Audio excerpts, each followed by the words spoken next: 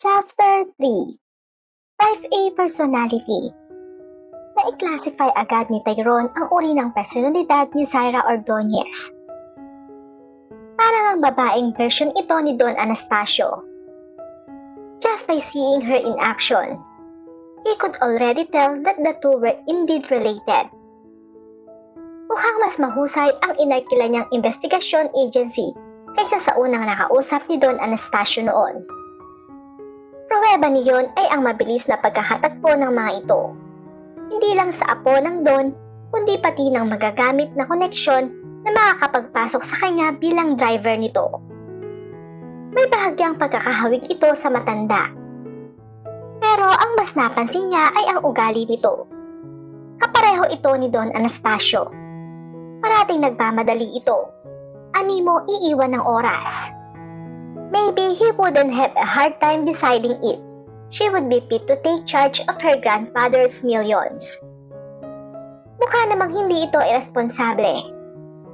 Kung aasamin niya na sana nga ay matinong tao ito o matutuklasan niyang hindi ito karapat-dapat na magmana ng milyones, hindi niya alam. Nag-concentrate na lang siya sa pagmamaneho. It was a test he had to pass. Mukha nga binigyan na siya ng partida ni Don Anastasio. Hayun at natsyempong siya ang naroon nang maging mahigpit ang pangailangan ng apo nito ng magmamaneho para dito. Hindi siya agresibong driver. Malumanay siya at hindi madaling mag-init ang kanyang ulo. Mas mahirap mag-drive sa kamay nilaan kaysa sa kanila, pero pare-pareho din naman ang prinsipyong kailangang ipatupad. Nagmaneho siya ng kagaya ng nakagawian na niya. San ka ba dating nagtrabaho? Sa punerarya? Karo yata ang dating minamaneho mo eh. Mula sa backseat ay narinig niyang sabi ni Zaira. Matrapik eh, at saka nag-iingat lang ako. Pwede kang maging maingat, pero mabilis din. Napailing siya. Look, I often in a hurry. Kung ganyan ka pala kabagal, ngayon pa lang ay masasabi ko na sa'yo na, wow! Hindi niya hinayaang matapos ito ang sinasabi. Kagyat na tinapakan niya ang silinyador. She wanted fast. She would give her fast. Kaya rin niya yun. Suot dito, suot doon. Singit dito, singit doon. Ganun ang ginawa niya. Hindi niya hayaang mapahiya siya sa babaeng ito. It had become a matter of pride. Kung hindi siya tanggapin ito, bahala na. At least, he tried.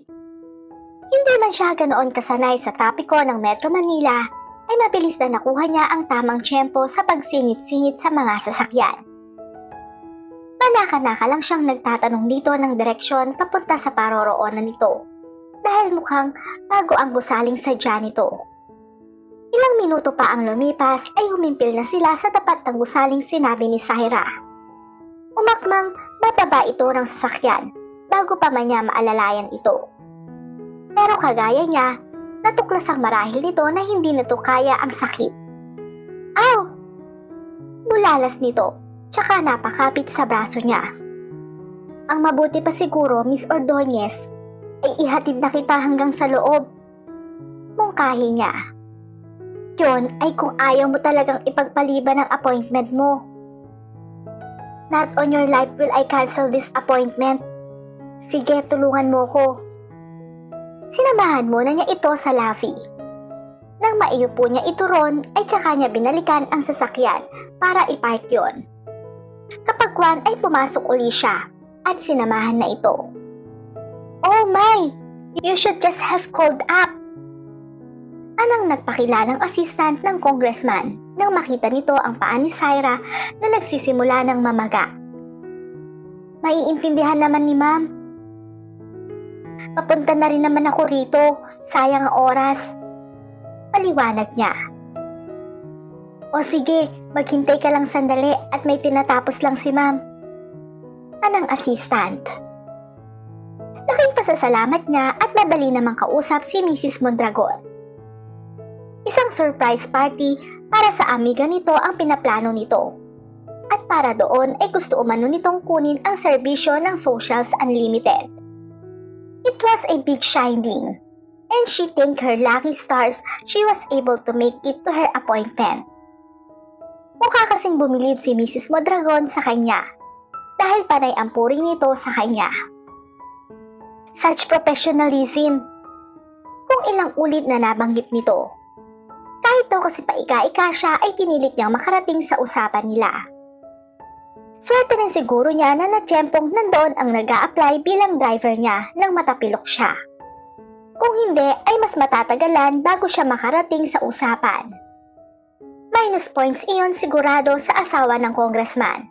Kahit pa nga malamang na maiintindihan naman nito ang sitwasyon. Nasa isang sulok lang ito ng silid. Kaya may mga pagkakataong nakakalimutan niya ang presensya nito. Pero nang kailangan na niyang maglakad, ay nasa tabi agad niya ito. Nakita niyang nginitian pa ito ng assistant ng congressman. Iyong ngiting nagpapakyut. Noon lang niya napansin kung bakit. May itsura ang lalaki. Bukod doon ay magandang magdala ito ng sarili.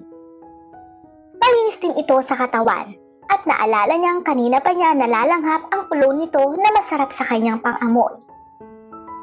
Hindi basta-basta ang driver na hinahanap niya. Palibhasa ay hindi mahigpit ang pangangailangan niya roon. Kaya niyang maging mabusisi. Ilang aplikante na nga ang inayawan niya. Nagsasawa na siya sa pag-i-interview. Pero ang isang ito mukhang pasado. Kanina lang ay dalawang estilo ng pagmamaneho nito ang naranasan niya. Maingat at disiplinado ito. Pero kung kinakailangan ay kaya rin itong maging kaskasero. And he smelled nice to boot. Nakaalalay ito sa kanya ng mga sandaling yon, kaya napakadaling lang hapin ng mabangong samyo nito. Ma'am, ayaw mo bang dumaan sa ospital? Anito nang lula na uli sila ng sasakyan. Ha? Bakit? Magang-magayang paa mo. Parang ako ang nasasaktan eh. Malayo ito sa bituka. Ang mabuti pa ay iuwi mo na ako. Kung iyon ang gusto mo. At wag na wag mo kung tatawagin, ma'am. Feeling ko matrona ako. Sige. Mula sa salamin ay nakita niya na bahagyang ngumiti ito. That smile made him look quite cute. Perish the thought. Sita niya sa sarili. May pa-cute-cute pa siyang nalalaman gayong may boyfriend na siya. Pinuksan na lang niya ang portfolio niya at naglabas siya mula roon ng magagawang trabaho habang nasa biyahe sila. Tahimik lang sila habang nasa daan. Hindi nagtagal ay huminto na ito sa tapat ng townhouse niya. Walang palya. Nasa tabi agad niya ito at nakaalalay sa kanya. Sinamahan siya nito hanggang sa makapasok siya sa loob. May dala ka bang mga papeles? Tanong niya nang nakaupo na siya sa sofa. Mayroon, ma'am. Miss. Syra na lang, pwede? Sige, Syra. Akin na ang mga papeles mo. Iniabot nito sa kanya ang envelope na kanina pa nito dala-dala. Sa pagkakasama nila ng halos buong umaga, kakatwang noon lang niya nalaman ang pangalan nito. Greg Mendez. Ang nabasa niya sa mga dokumentong ibinigay nito sa kanya. Hindi siya natagalan sa pagpapasya. Kung tutuusin, alam naman niyang formalidad na lang ang pagbasa niya ng mga dalang papeles nito. He had the necessary papers and someone she knew recommended him. Sapat na yon sa kanya. Kahit masasabing doon ito titira sa bahay niya, ay may sariling entrance naman ang quarters nito. Hindi ito basta makakapasok sa bahay nang walang pahintulot niya. Ibig sabihin, hindi masyadong mapanganib na patirahin niya ito roon. You can start as soon as you want. Pahayag niya kapag daka. She saw a look of relief cross his face. Para bang nabunutan ito ng tinik. Tuloy ay naisip niya na baka kailangan talaga nito ng trabaho. Kahit kailan mo gusto. Anito. Magsimula ka na bukas? Sige, makakaalis ka na. Paano ka? Gumawi ang tingin nito sa taan niyang namamagana ng husto. May mga kaibigan naman ako. Go on, I can take care of myself. Be here bright and early tomorrow.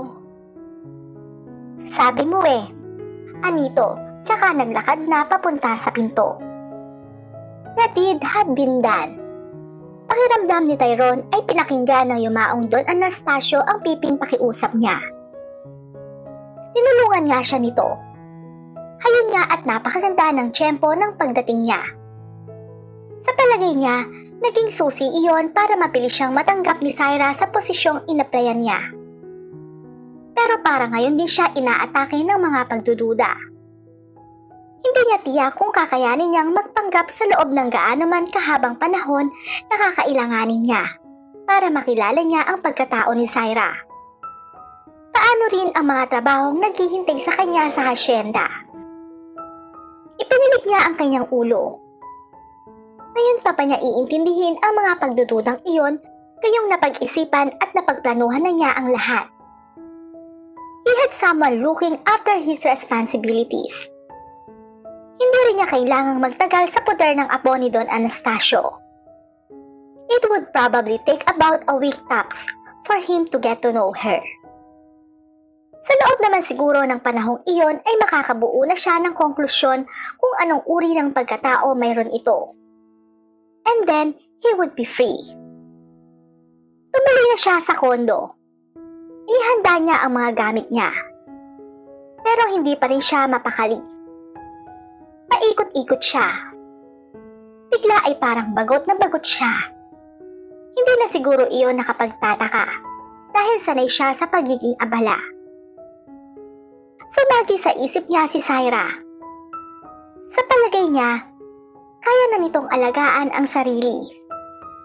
At ano ba naman ang simpleng sprain para ikabahala niya? Ang siste ay binabagabag siya ng kaalamang apo ito ni Don Anastasio. Kung may dapat siyang pagmalasakitan, si Syra yon. At iniwan lang niya ito sa bahay nito. Mag-isa at namamaga pa ang paa. She's a grown-up, for heaven's sake. At siya na mismo ang nagsabing may kaibigan naman siya. Sa dakong huli, sa kabila ng paulit-ulit na pangungontra niya sa pangulit ng kanyang konsensya, ay napilitan siyang balikan si Syra. Panay ang anas ni Syra.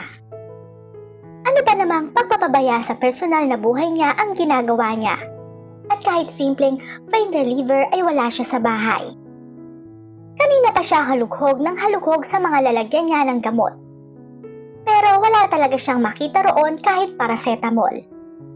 Masyado na yatang nauubos ng trabaho niya ang oras niya. Kaya ang simpleng pagbili ng gamot ay hindi pa niya magawa. Well, she had never been a sickly person anyway. Hindi rin siya mahilig uminom ng gamot. Pero ngayon ay aminado siya na kailangan niya yon. Her foot had turned into a swollen, throbbing mass. Hindi na siya masyadong makagalaw dahil parang pinipilipit ang kalamnan niya tuwing madidiinan niya yon. Nakakayamot na ang simpleng pagkatapilok ay magiging ganoon katindi ang ibinungang inconvenience sa kanya. Inabot niya ang cellphone niya at pinindot niya ang numero ni Benji. Saglit lang siyang nakarinig sa mensahe bago niya ipinato ang cellphone sa sofa. Out of coverage area pa rin ang sinasabi sa kanya. Nasaan na ba ang ugok na yon? Naalala niya si Greg. Nang hinayang siya at pinaalis na niya ito. Nagmalaki pa siya kanina nang tanungin siya nito kung paano na siya. Masyado na yata siyang nasanay na hindi dumedepende sa kahit kanino. Kaya kahit kailangan na niyang gawin iyon, ay ayaw pa niyang aminin. My goodness! Ano ba ang simpleng sprain? Aniya sa isip. Muli ay sinubukan niyang tumayo. At muli rin ay napangiwi siya. Tinsiyak na sakit iyon. Nang niya narinig ang tunog ng doorbell. Napamura siya. Malabong makalakad siya hanggang sa labas para pagbuksan ang kung sino mang bisita niya. Ilang sandali lang ang lumipas ay naulit ang tunog. At naulit pa. She gritted her teeth. Umakma siyang babangon mula sa kinauupuan niya. Nagulat pa siya nang ang marinig na niya ay ang pagkatok sa pinto. Kung sino man ang bisita niya ay mukhang hindi ito basta susuko at aalis na lang. Napilitan siyang tumayo at tinungo ang pinto. Patalon-talon ang ginawa niya para hindi niya kailanganing idiin ang napakasakit na paa niya. Sino yan? Naalala niyang itanong bago buksan ang pinto. Si Greg. She hated herself for feeling such immense relief when she heard his name. Nagmamadaling pinagbuksan niya ito. Gustong napagbuksan na niya ito nang mawalan siya ng balanse.